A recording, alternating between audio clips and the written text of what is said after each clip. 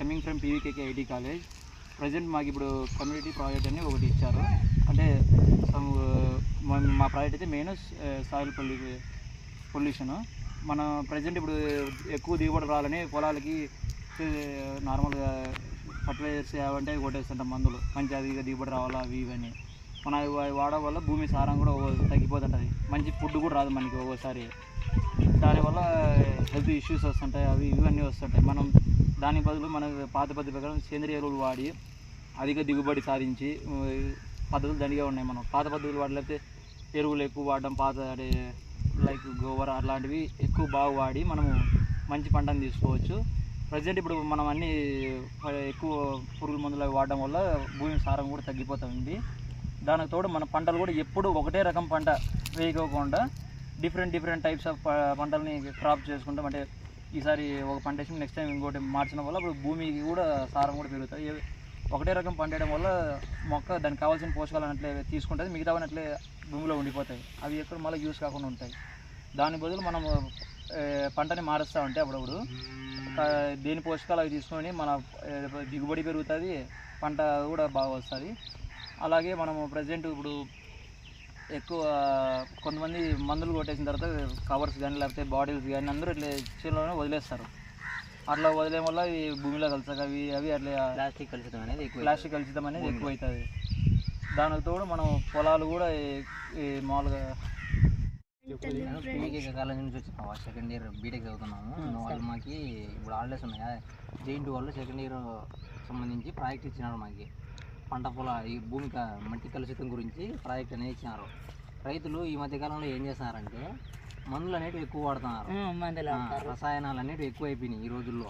ఈ సేంద్రియ ఎరువులు ఎవరు వాడట్లే. ఈ ఎరువుల ఆవుల పేడ, గొర్రెల ఎరువు ఇవన్నీ ఎక్కువ వాడకుండా సేంద్రియ ఎరువులు ఎక్కువ, రసాయనాలు అనేవి ఎక్కువ వాడుతున్నాం. వీటి వల్ల భూమి అనేది ఎక్కువ కలుషితం అయిపోతుంది. అవి వాడినవి ప్లాస్టిక్ అన్నీ ఉంటాయి కదా, వాటిని చేనులోనే వదిలేస్తున్నాం. దానివల్ల ఏమవుతుందంటే భూమి అనేది ప్లాస్టిక్తో కలుషితం అవుతుంది, సగానికి సగం దాంతో కూడా కలుషితం అవుతుంది. తర్వాత ప్రజెంట్ దగ్గరలో ఉన్న పీవీకే కాలేజ్ నుండి ప్రాజెక్ట్ పని చేశాను, భూ సంరక్షణ ఎలా చేసుకోవాలనేది. ఇప్పుడు ఈ పొలం మీదే కదా, ఇప్పుడు ఈ పొలాన్ని మీరు సేంద్రియ వాడతారా లేకపోతే నా ప్రజెంట్ ఆర్గానిక్ కెమికల్స్ వాడతారా? పురుగుల మందు మామూలుగా ఓకే. మీరు అంటే ఎరువులు ఎట్లా వేసినట్టు సంవత్సరానికి ఒకసారి 2 సార్లు ఒకసారి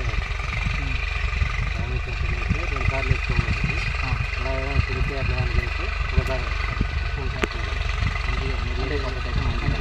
అంటే మీరు స్టార్టింగ్ అంటే వర్షాలు రాకముందే వర్షాలు రాకముందే ముందు మీరు పశువులు వదిలేసి దానికి వెళ్ళి వర్షం వస్తుంది కుక్కలతో మరి భూమి వెలుగులో మరేసి దాన్ని కాచిపోగానే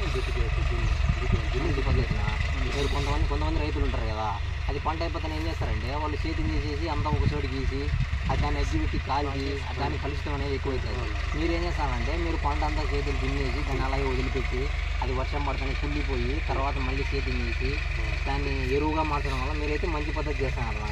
అట్లా కొంతమంది రైతులు చేయలేదు, చాలామంది మా సమాజంలో ప్రజెంట్ ఇప్పుడు అధిక దిగుబడి రావాలని లేకపోతే పంట ఇంకా పెరిగిన చేతికి రావాలని వేరే రసాయనాలని వాడుతున్నారు. అవి వాడడం వల్ల పంట మనకి ఫస్ట్ కొద్ది రోజులు వస్తుంది, మళ్ళీ రాగా పంట భూమి సారం తగ్గిపోతుంది.